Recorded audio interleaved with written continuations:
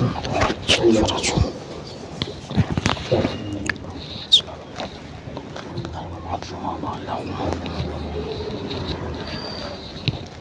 باللہ من الشیطان الرجیم، بسم اللہ الرحمن الرحیم، الحمد للہ وکفا وسلام علی عبادہ الذین اصطفیٰ محمد و اہل بیتہ الطیبین الطاہرین الذین اذھب اللہ عنہم الرجس وطہرہم تطہیرا۔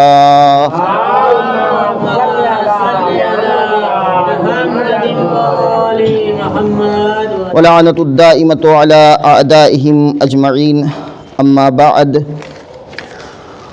جیسا کہ آپ حضرات کے علم میں ہے کہ یہ درس تفسیر کا سلسلہ جو مسلسل ہر اتوار کو ہمیشہ رہتا ہے، مگر اس کے کہ اس اتوار کو کوئی مناسبت بیچ میں پڑ جائے اسی وقت ناغہ ہوتا ہے، یا پھر اگر ہم مسافرت میں ہوں تب یہ درس چھوٹتا ہے۔ اس لیے جو مومنین مشتاق ہوتے ہیں درس کے وہ اتوار کو خاص کر کے آتے ہیں، اور جن کو درس میں نہیں بیٹھنا ہوتا ہے وہ اتوار کو خاص کر کے نہیں آتے ہیں۔ یہ دونوں کوالٹی پائی جاتی ہے۔ بہرحال جو مومنین آتے ہیں ان کے لیے بہرحال یہ باتیں انشاءاللہ مفید فائدہ ہوں گی، اور دنیا اور آخرت ہر لحاظ سے ان کے لیے کامیابی کا ذریعہ ہوں گی۔ جناب لوط علیہ السلام کے حوالے سے گفتگو کا سلسلہ جاری ہے۔ آج کے مرحلے میں چونکہ پھر ایک اتوار کا بیچ میں گیپ ہو گیا، اس کی وجہ سے تھوڑی سی باتیں سلسلہ دینے کے لیے، اور اس کے بعد پھر اپنی گفتگو کا سلسلہ آگے بڑھے گا۔ جناب لوط علیہ السلام جناب ابراہیم کے زمانے ہی میں ہیں، جناب ابراہیم کے پر ایمان لانے والوں میں آپ کا شمار ہوتا ہے،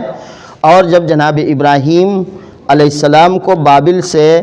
نکال دیا گیا اور آپ وہاں سے نکلے تو کسی شہر میں داخل ہونے کی اجازت نہیں تھی، آپ نے سدوم ایک شہر پڑتا ہے، سدوم کے راستے میں، سدوم سے قریب اور اس راستے کے کنارے قیام کیا کہ جو راستہ سدوم سے دوسرے شہروں کو جوڑتا تھا جو اس کے قریب میں تھے، اور پھر سدوم کے کچھ لوگ وہاں پر آئے جناب ابراہیم کی خدمت میں کہ ہمارے یہاں بہت ہی زیادہ برائی پھیل رہی ہے۔ سدوم اور اس کے ارد گرد کے شہروں میں جو برائی پھیل شروع ہوئی تھی، وہ برائی کی شروعات ہم نے کہا ایک بہت ہی ہمارے اعتبار سے جو سماج میں ہمارے سماج میں ہے وہ بہت چھوٹی سی برائی، جسے عام طور پر برائی نہیں سمجھا جاتا ہے، ایک چھوٹی سی برائی سے برائی کا آغاز ہوا، اور پھر وہ برائی اپنی انتہا تک پہنچی اور ایک ایسے عمل تک پہنچی کہ جس عمل کو اس قوم سے پہلے کسی نے انجام ہی نہیں دیا تھا۔ اچھا، یہاں سے یہ اندازہ ہوتا ہے کہ اس وقت تک اس قوم کی حالت اتنی بدتر نہیں ہوئی تھی، اسی لیے کچھ لوگ کم سے کم ان کو یہ احساس ہوا کہ ہم کسی ایسے کو اپنے درمیان مدعو کریں، دعوت دیں کہ جو آ کے ہمارے سماج کی اصلاح کر سکے۔ لیکن برائی جو ہے ایک چھوٹی سی برائی وہ آگے بڑی برائی کا پیش خیمہ بن جاتی ہے، یہ بات ہمیں اور آپ کو بھی ذہن میں رکھنی چاہیے۔ برائی کا سلسلہ جو شروع ہوا تھا، پانی ہے آپ بیٹھ جائیے، وہیں بیٹھ جائیے، اچھا چلیے کہیں بیٹھ جائیے، ایک صلوات پڑھ دیں محمد و آل محمد پر۔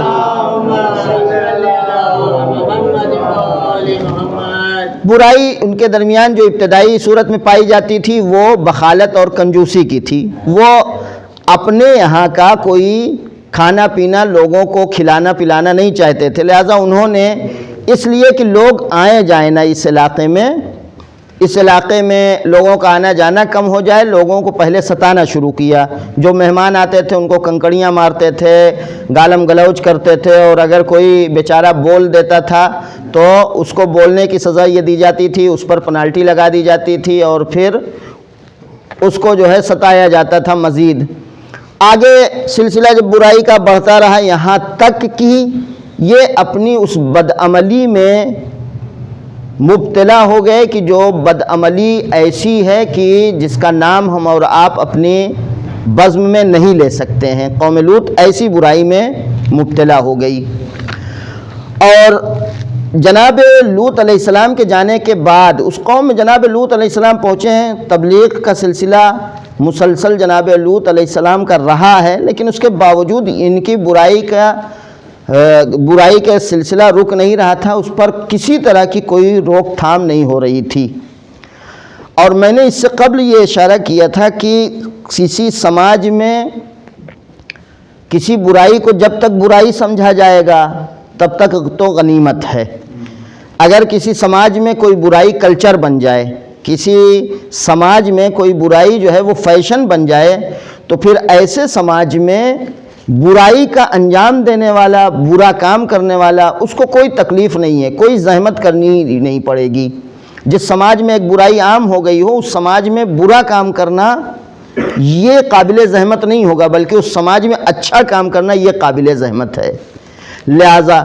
سماج کو ایسی جانب جانے سے روک لیا جائے کہ جہاں پر کوئی برائی کلچر بن جائے، کوئی برائی جو ہے وہ ثقافت بن جائے۔ جب تک کسی سماج میں اچھائی اور برائی کے درمیان ایک درار رہتی ہے، اور وہ یہ کہ ہر ایک کو یہ احساس ہو کہ یہ برا کام ہے، یہ اچھا کام ہے، تب تک غنیمت ہے۔ بلکہ یہاں تک روایات میں ہے کہ جب تک لوگوں کے درمیان یہ احساس پایا جائے کہ برائی کیا ہے اور اچھائی کیا ہے، برا کام کرے تو اسے برا کام کرنے کے بعد دکھ ہو، تکلیف ہو، اور اچھا کام کرے تو اس کو خوشی ہو۔ یہ پیغمبر اکرم صلی اللہ علیہ وآلہ وسلم کی حدیث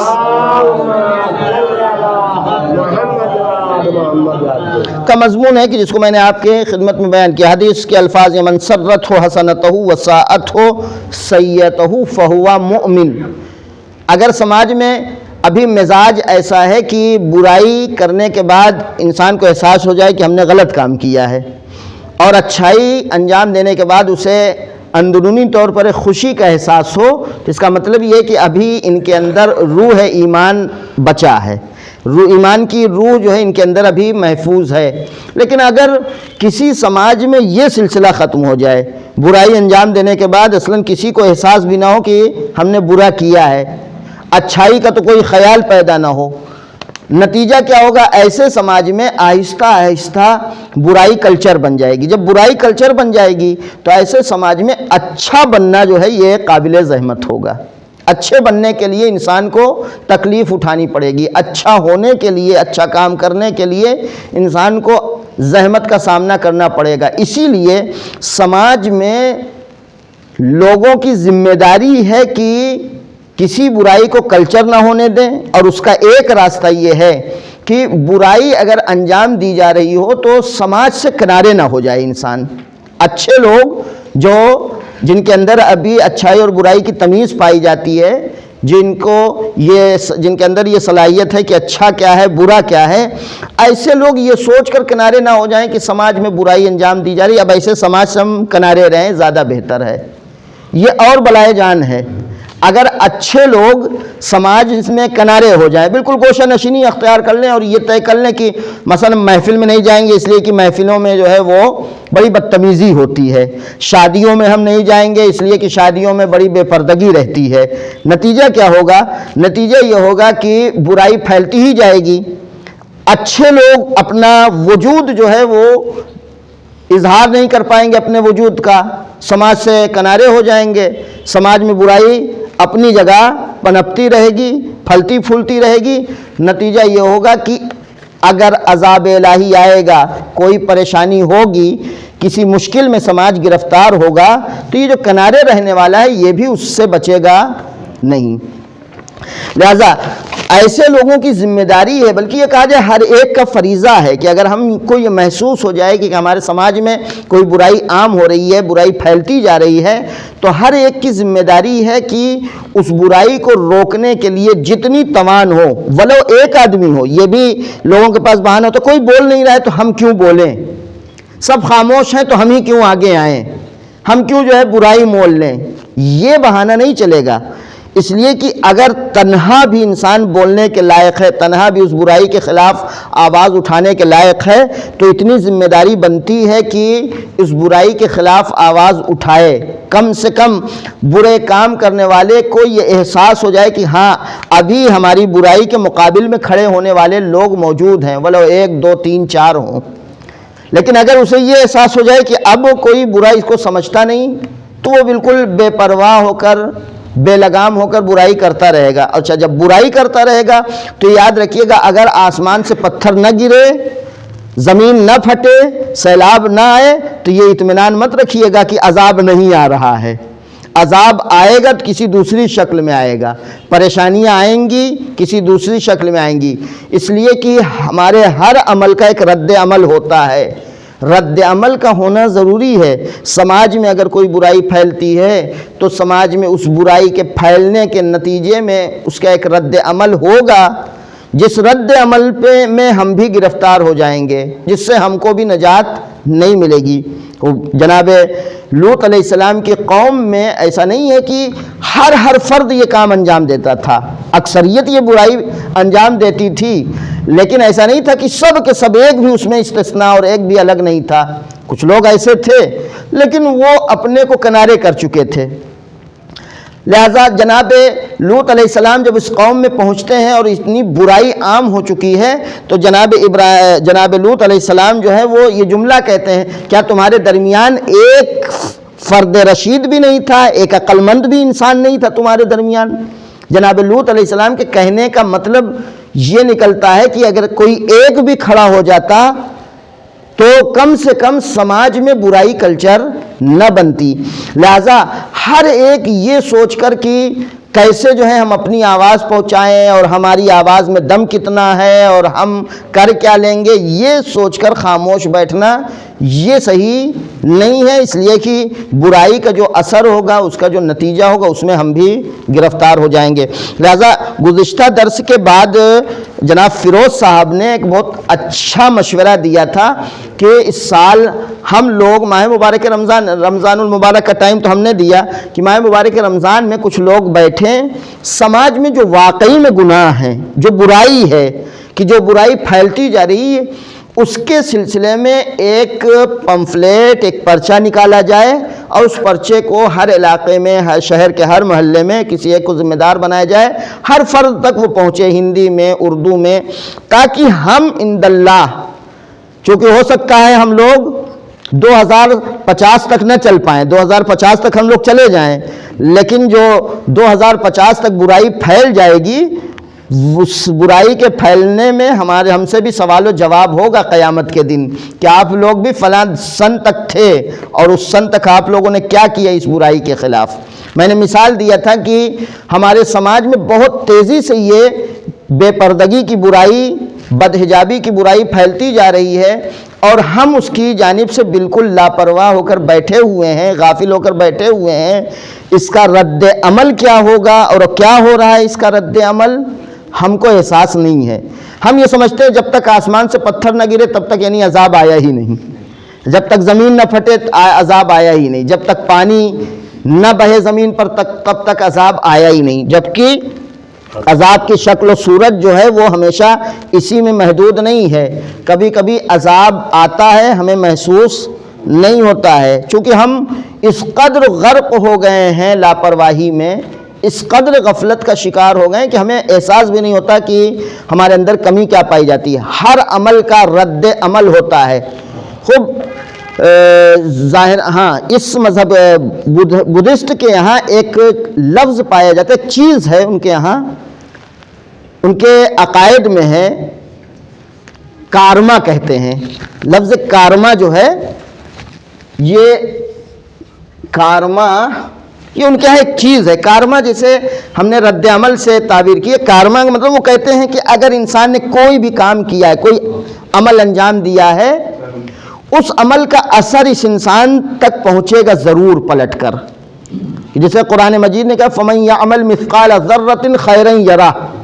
وَمَن يَعْمَلْ مِثْقَالَ ذَرَّةٍ شَرًّا يَرَهُ. ہم اور آپ یہ اطمینان سے بیٹھے ہیں خیرًا یرا، یعنی وہیں پہ بھی جو ہم نے نیک کام کیا وہیں پہ اس کا اثر ملے گا اور جو برائی کی ہے وہیں پہ اس کا اثر ملے گا. قرآن میں دکھا دیجئے کہ جہاں پر لکھا ہو یہ کہ اسی سورہ میں فَمَن يَعْمَلْ مِثْقَالَ ذَرَّةٍ خَيْرًا يَرَهُ وَمَن يَعْمَلْ مِثْقَالَ ذَرَّةٍ شَرًّا يَرَهُ. کوئی اچھا کام کرے گا تو بھی دیکھے گا اس کا رزلٹ، برا کام کرے گا تو بھی اس کا اثر اور نتیجہ اسے نظر آئے گا۔ کہاں لکھا ہے قرآن مجید میں کہ صرف آخرت میں اس کا اثر دکھے گا؟ اسی دنیا میں، اسی زندگی میں ہمیں دکھے گا۔ فَمَن يَعْمَلْ مِثْقَالَ ذَرَّةٍ، خیر کا بھی اثر یہیں پہ دکھے گا، شر کا بھی اثر یہیں پر دکھے گا۔ لہٰذا ہمیں یہ مطمئن نہیں ہونا چاہیے کہ ہم اگر کسی برائی سے غافل ہو کر بیٹھے ہوئے ہیں تو اس کا اثر جب آئے گا اور اس کا جو نتیجہ ہوگا اس کے نتیجے میں ہم گرفتار نہ ہوں گے۔ اب آپ کو ایک واضح سے کھل کے بات بتا دے رہا ہوں، اس پر آپ نظر رکھیے گا۔ حد یہ ہے کہ ہماری آنکھ کا اتنا خطرناک اثر ہے۔ آنکھ جو ہماری آنکھ سے یہ ایک شعاع نکل رہی ہے، ایک نور نکل رہا ہے، یہ نور نہیں ہے۔ در حقیقت جو ہے وہ ہماری آنکھ جس چیز کو دیکھ رہی ہے اس چیز کے میں جو اس وجود میں اس شے میں جو روشنی پائی جاتی ہے وہ روشنی ہماری آنکھ کی طرف پلٹ کر آتی ہے۔ ہماری آنکھ سے نور نہیں نکلتا ہے۔ مثلا ہم ممبر کی جانب دیکھ رہے ہیں، ممبر کے وجود میں جو روشنی ہے وہ ہماری طرف پلٹ کر آ رہی ہے۔ اس کو کہتے ہیں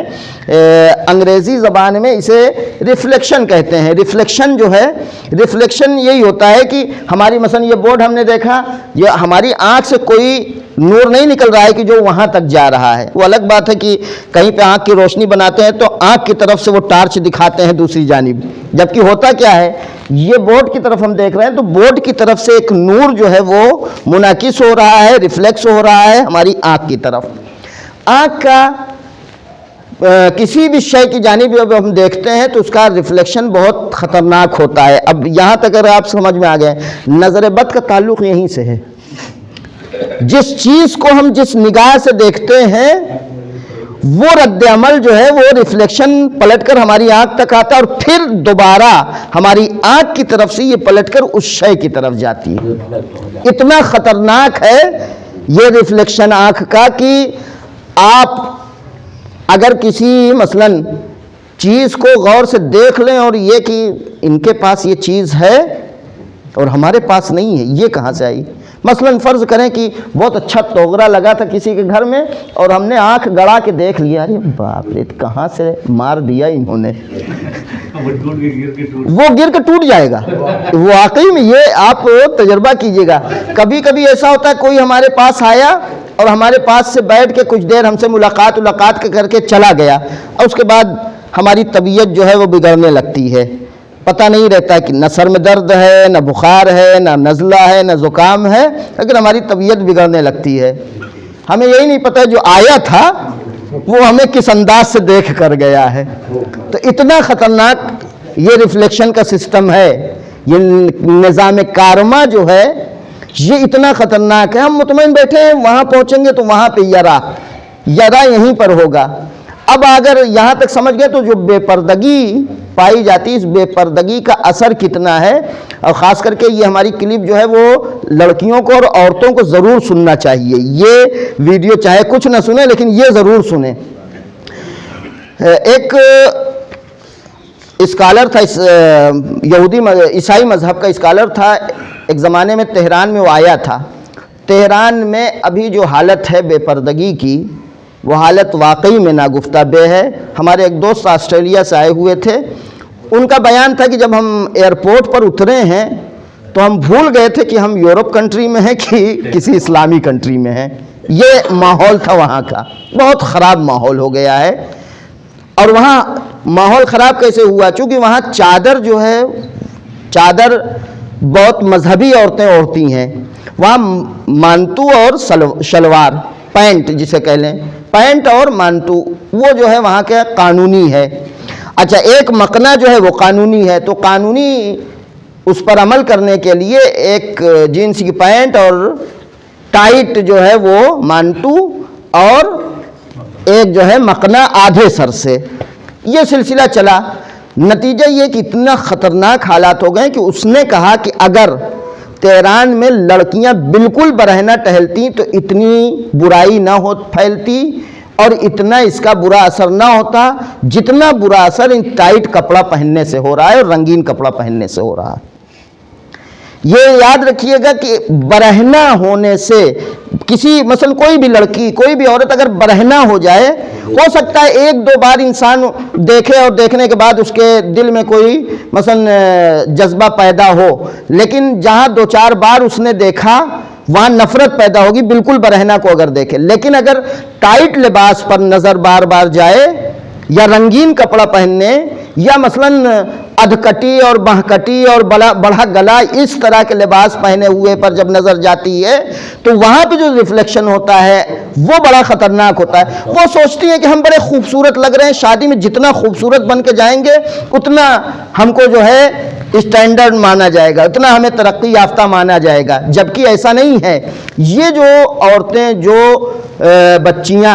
یہ سمجھ کے شادی میں خوب تیار ہو کر جاتی ہیں کہ ہم کو لوگ اچھا سمجھیں گے، یہ لڑکیاں خود جھیلتی ہیں، چونکہ اس پر جو نظر ڈالی گئی ہے، جس نے دیکھا ہے، کسی جوان نے دیکھا ہے، کسی مثلا اس کے سہیلی نے دیکھا ہے، کسی جوان نے دیکھا ہے، یہ سمجھ رہی تھی کہ وہ ہماری تعریف کرے گا، فلاں بڑی خوبصورت لگ رہی تھی، جبکہ اس نے جس نظر سے دیکھا ہے وہ نظر پھر پلٹ کے جب اس کی طرف جائے گی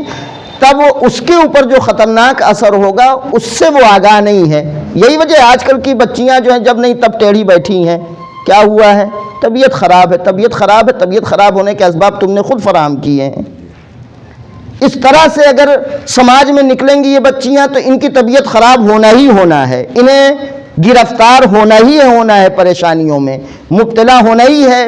مصیبتوں میں۔ لہذا اگر ہم چاہتے ہیں کہ ہم پہلی بات برائی کو سماج میں کلچر بننے سے روک سکیں، اور ہم چاہتے ہیں کہ ہمارے اوپر یہ جو ہمارا عمل ہے اس عمل کا رد عمل نہ ہو، اس عمل کا اثر ہمارے اوپر الٹا نہ آ جائے، اس کا اثر برعکس ہمارے اوپر نہ پڑے، ہماری بچیاں محفوظ رہیں نگاہوں کے ریفلیکشن سے۔ اگر ہماری بچیاں چاہتی ہیں کہ وہ نجات پائیں، آج کل نہ جانے کتنی بیماریاں ہیں، آپ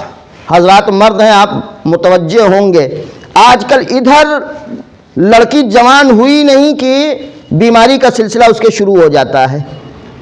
پہلے کی عورتیں کیوں نہیں بیماری اتنا پڑتی تھیں؟ بیماریوں کا سلسلہ شروع ہوتا ہے، نتیجہ یہ ہوتا ہے عورتیں جو ہیں وہ ضعیف سے ضعیف ہوتی چلی جا رہی ہیں، کمزور سے کمزور ہوتی جا رہی ہیں، شادی کے بعد تو پھر بیمار ہی رہتی ہیں، پھر بیماری ہے۔ اس کی وجہ یہی ہے کہ انہوں نے اپنے وجود کو، اپنے اس نازنین وجود کو، پھول جیسے وجود کو نگاہوں کے ریفلیکشن سے محفوظ نہیں کیا ہے۔ اگر اس سے محفوظ کیا ہوتا تو یہ برائیاں اور یہ بیماریاں اور یہ اثرات ان کے اوپر نہ ہوتے۔ بہرحال ہمارے سب کی یہ ذمہ داری ہے کہ ہم سب مل کر سماج میں کسی برائی کو اتنا عام نہ ہونے دیں کہ جب کسی کو اچھا کام کرنا ہو تو پھر ایسی صورت میں اسے اچھا کام انجام کر دینے کے لیے زحمت اور مشکلات کا سامنا کرنا پڑے۔ اہل بیت اطہار علیہ السلام اور بالخصوص امام حسین علیہ السلام، امام حسین علیہ السلام کی جو سب سے زیادہ مظلوم، جن پر سب سے زیادہ مظالم ہوئے، جن پر سب سے زیادہ مصیبتوں کے پہاڑ توڑے گئے ہیں، رسول خدا صلی اللہ علیہ وآلہ وسلم کے زمانے سے کتنا فاصلہ ہے؟ 50 سال۔ پیغمبر کے رحلت کے بعد سن 11 ہجری میں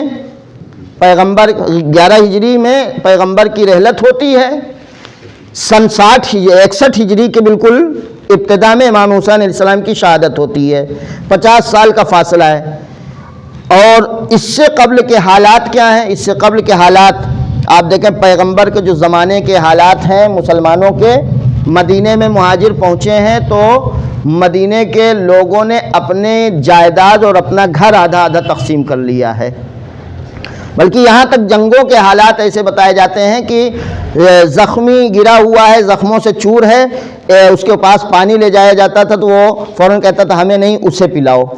اسے نہیں، اسے پلاؤ۔ اس طریقے سے یعنی یہ جذبہ ایثار، یہ جذبہ قربانی، یہ جذبہ فداکاری جو پیغمبر کے زمانے میں پایا جاتا تھا لوگوں کے درمیان، امام حسین علیہ السلام کے درمیان کا زمانہ آتے آتے ختم کیسے ہو گیا؟ یہ جس برائی کو ہم اور آپ بہت چھوٹا سمجھتے ہیں، بہت کم سمجھتے ہیں،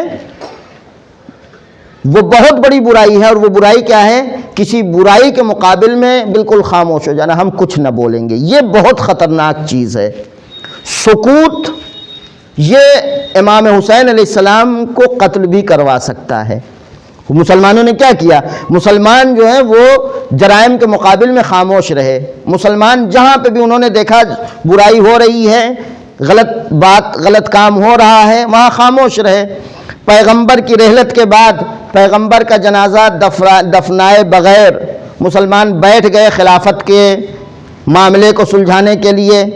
سب کے سب شامل تھے، یا کچھ لوگ خاموش ہو گئے۔ اس کے بعد در سیدہ پر یہ مظالم، آگ لکڑی جلایا جانا، جناب سیدہ کو شہید کر دینا، مسلمان خاموش ہیں۔ مولا کائنات کو شہید کر دیا گیا، مسلمان خاموش ہیں۔ امام حسن علیہ السلام کو تنہا چھوڑ دیا گیا، مسلمان خاموش ہیں۔ کسی برائی کے مقابل میں مسلمان کچھ بولنے کے لیے تیار ہی نہیں ہیں۔ حد یہ ہو گئی کہ کوفے کے لوگ کہ جو اپنے اعتبار سے پکے مسلمان تھے، کوفے کی اکثریت کہ جو حتیٰ کہ امام کو چاہتے بھی تھے، لیکن یہی ہمارے اور آپ کے لیے عبرت کا مقام ہے، وہ صرف امام کو چاہتے تھے زبان سے، امام کو وہ امام سمجھتے ہی نہیں تھے۔ انہوں نے امام کو بس ایک اپنا جو ہے وہ مذہبی قائد مان لیا تھا، امام نہیں مانا تھا۔ ایسا نہ ہو کہ ہم بھی بس دینیات میں جس امام کو دینیات میں پڑھا ہے کہ 12 امام اور نام جانتے ہیں یہیں تک رہیں، بس یہ سمجھ لیں کہ ہمارے دینی پیشوا تھے، مذہبی قائد تھے، اس لیے کہ اگر ہم نے یہی سمجھ لیا امام نہ مانا، اس لیے کہ امام ماننے کا تقاضا یہ ہوتا ہے کہ جس کو امام مان لیا ہے،